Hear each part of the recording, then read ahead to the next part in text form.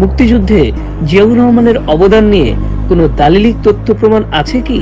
1972 থেকে 74 পর্যন্ত শেখ মুজিবের আমলে সংবাদপত্রে জিয়াকে নিয়ে কিভাবে লেখা হতো সেটি দেখে নেওয়া যাক।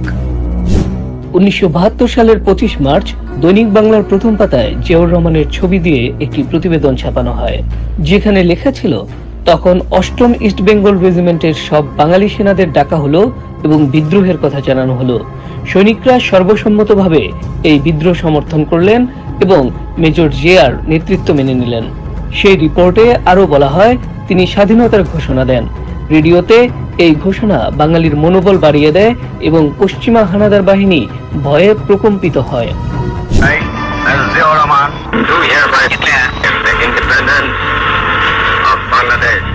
1972 সালের 26শে মার্চ দৈনিক বাংলায় জিয়ার সাক্ষাৎকার ভিত্তিক একটি প্রতিবেদন প্রকাশ করা হয়, যার শিরোনাম ছিল, সেদিন চট্টগ্রামে যেমন করে স্বাধীনতার লড়াই শুরু হয়েছিল। প্রতিবেদনে বলা হয়, মেজর জিয়াকে জানানো হলো পাকিস্তানিরা গোলাগুলি শুরু করেছে, আপনি এখন কি করবেন? মেজর জিয়া নির্দেশের গলায় বললেন, we revolt. Pakistani commanding officer জানজুয়াকে গ্রেফতার করে 16 শহরে নিয়ে যান জিয়া। এ সময় তিনি অফিসার্স মেসে মেজর মীর শওকত আলীকে বিদ্রোহের কথা বলেন।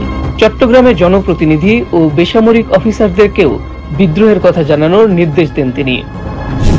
26শে মার্চ দিবাগত রাতে প্রায় 250 বাঙালি সেনা নিয়ে প্রতিরোধ গড়ে তোলেন মেজর জিয়া। এরপর কিছু সেনা 16 শহরে রেখে তিনি চলে যান কালুরঘাটের দিকে। 1973 সালের 26শে মার্চ দৈনিক বাংলার শেষের পাতায় মেজর জিয়ার ছবি দিয়ে 71-এর 25 ও 26 মার্চ এই দুই রাতের ঘটনা তুলে ধরা হয়। রিপোর্টে মুক্তিযুদ্ধের সময় জিয়ার বিরচিত নেতৃত্বের প্রশংসা করা হয়। পত্রিকাটি জিয়াউর রহমানের নিজের স্মৃতিচারণমূলক একটি লেখাও আলাদাভাবে প্রকাশ করে। 1974 সালেও একই প্রতিবেদন প্রকাশ করা হয়, জিয়ার ভিন্ন একটি ছবি ব্যবহার করে। মুক্তিযুদ্ধে জিয়াউর রহমানের বীরত্ব আর অবদানের কথা সবচেয়ে বেশি বলা হয়েছে 1972 থেকে 74 পর্যন্ত। সে সময় স্বাধীনতা দিবস কিংবা বিজয় দিবসে দৈনিক পত্রিকাগুলোতে জিয়াকে নিয়ে থাকতো বিশেষ প্রতিবেদন। আওয়ামী লীগ যদি জিয়াকে বাই চান্স মুক্তিযোদ্ধা বা আইএসআই এর চর বলে, তাহলে প্রশ্নবিদ্ধ করা হয় তাজউদ্দিনের নেতৃত্বাধীন 71-এর প্রবাসী সরকার এবং স্বাধীনতা পরবর্তী শেখ মুজিব সরকারকে। প্রশ্ন ওঠে, তাহলে কেন একজন আইএসআই এর চরকে সেক্টর কমান্ডার বানিয়েছিল প্রবাসী সরকার? কেন একজন বাই চান্স মুক্তিযোদ্ধাকে বীরোত্তম খেতাব দিয়েছিল 72-এর আওয়ামী লীগ সরকার? কেন তাকে উপসেনা প্রধান বানিয়েছিলেন খোদ শেখ মুজিব?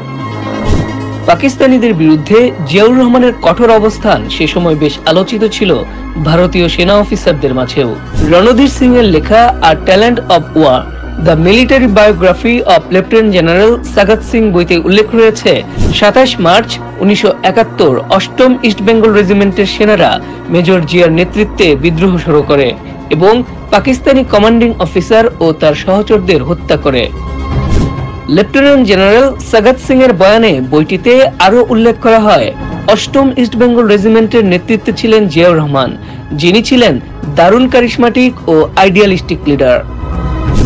জিয়াই হলেন বাংলাদেশের একমাত্র মুক্তিযোদ্ধা রণাঙ্গনে অসামান্য অবদানের স্বীকৃতি হিসেবে যার ছবি কলকাতার ফোর্ট উইলিয়াম মিউজিয়ামে অমর কীর্তি হিসেবে সংরক্ষিত। মুক্তিযুদ্ধের 26শে জুন মেজর জিয়াউর রহমানকে সেক্টর কমান্ডার করে গঠিত হয় 11 নম্বর সেক্টর। 7ই জুলাই প্রথম, তৃতীয় ও 8ম ইস্ট বেঙ্গল রেজিমেন্ট এবং দ্বিতীয় ফিল্ড আর্টিলারি নিয়ে গঠিত হয় জেড ফোর্স ব্রিগেড। এই ব্রিগেডের কমান্ডার ছিলেন মেজর জিয়াউর রহমান। মুক্তিযুদ্ধের সময় জিয়াউর রহমান বিখ্যাত সব যুদ্ধের নির্দেশনা ও পরিকল্পনা করেছিলেন। এর মধ্যে উল্লেখযোগ্য হচ্ছে কামালপুরের যুদ্ধ। পাকিস্তানি সেনাবাহিনী কামালপুরের সীমান্তে একটি সামরিক ঘাঁটি গড়ে তোলে। জামালপুর, টাঙ্গাইল ও ঢাকাকে সংযোগকারী কামালপুরের অবস্থান যুদ্ধের কৌশলগত কারণে বেশ গুরুত্বপূর্ণ ছিল। 31 জুলাই দিবাগত রাত 3টার দিকে প্রথম ইস্ট বেঙ্গল ব্যাটালিয়ন নিয়ে পাকিস্তান সেনাবাহিনীর ঘাঁটি থেকে প্রায় 11 থেকে 1200 গজ দূরে অবস্থান নেন মেজর জিয়া। তখন মুষলধারে বৃষ্টি হচ্ছিল। হালকা কামান ও হেভি মেশিনগান সহ টিলায় ছিলেন জিয়া এবং জিয়ার অবস্থান থেকে কামানের গোলাবর্ষণের মাধ্যমেই যুদ্ধ শুরু হয়। যুদ্ধে প্রথম ইস্ট বেঙ্গলের 30 জন শহীদ হন, অন্যদিকে 50-এর বেশি পাকিস্তানি সৈন্য মারা যায়। কামালপুরে এই সম্মুখ যুদ্ধ শতভাগ সফল না হলেও এটা পাকিস্তানি সৈন্যদের মনোবলের উপর ছিল বড় ধরনের ধাক্কা। এই যুদ্ধের মাধ্যমে মুক্তিবাহিনী একটা বার্তা দেয় যে তারা এখন কেবল গেরিলা যুদ্ধ নয়, প্রয়োজনে সম্মুখ যুদ্ধেও পাকিস্তান সেনাবাহিনীর সঙ্গে সমান তালে লড়তে সক্ষম। জেট ফোর্সের প্রথম ইস্ট বেঙ্গল রেজিমেন্ট ঘাঁটিটি দখলের জন্য 4 বার সরাসরি যুদ্ধ হয়। 31 জুলাই প্রথমবার, এরপর 22 অক্টোবর ও 14 নভেম্বর এবং শেষ হয় 4 ডিসেম্বর পাকিস্তানি বাহিনীর আত্মসমর্পণের মধ্য দিয়ে।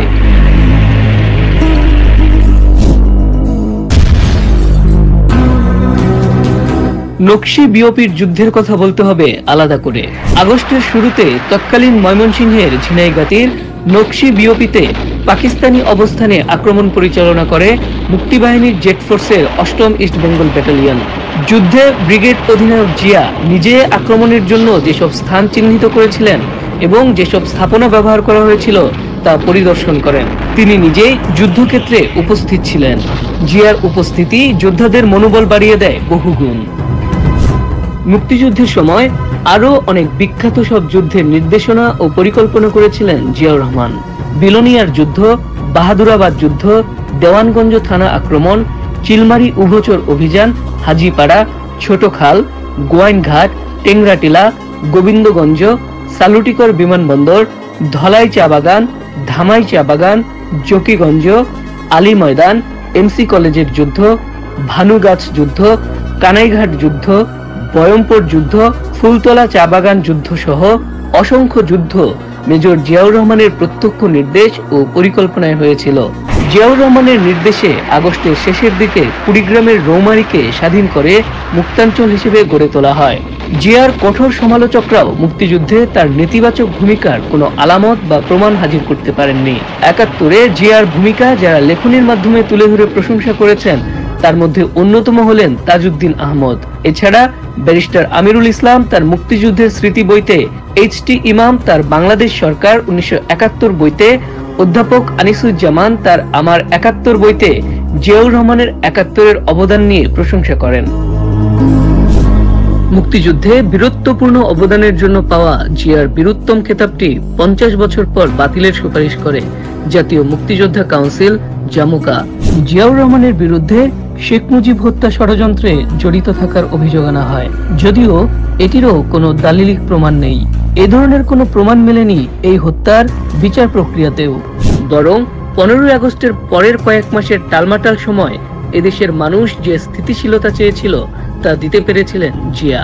এটা মানতেই হবে, তখন জিয়ার নেতৃত্বেই খেই হারিয়ে ফেলা বাংলাদেশ আবার উন্নয়ন আর সমৃদ্ধির ধারায় ফিরে আসে।